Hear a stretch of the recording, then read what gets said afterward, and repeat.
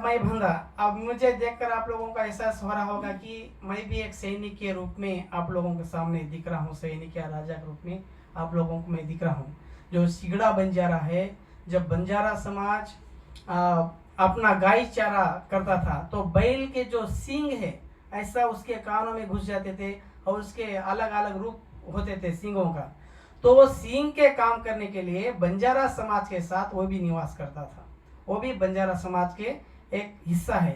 बंजारा समाज केवल एक नामों से नहीं, बंजारा समाज के अनेक नामों से है। अब मैं कविता सुनाऊंगा चित्तौड़गढ़ पर। तन मारो थगोरे मन मारो धापो कोनी, चित्तौड़गढ़ पर राज करे मारी आशिया अभिलाषा अधूरी रे चली।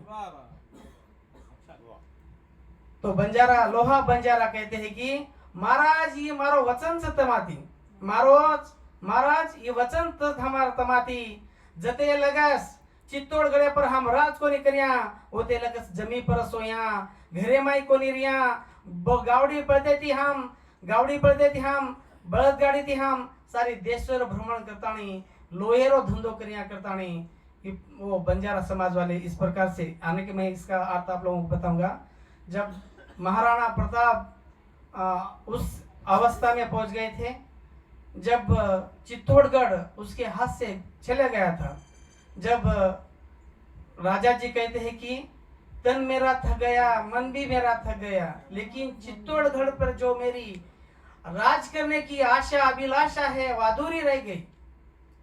जब बंजारा समाज कहता है कि महाराज अब निस्वार्थ रहे, हम जब तक बंजारा समाज, जब तक हम चित्तौड़गढ़ पर राज नहीं करेंगे तब तक हम धरती पर सोएंगे, गाय बैलों से घूमते हुए और बैलगाड़ियों से घूमते हुए लोहा का धंधा करेंगे। और आज भी वो लोग इसी प्रकार आप लोगों को कहीं घूमते हुए दिखते हुए मिलेंगे। उनके पास एक गाड़ी, एक दो बैल और लोहा का सामान कर कर वो बेचते हुए अपना जीवन गुजार रहे हैं।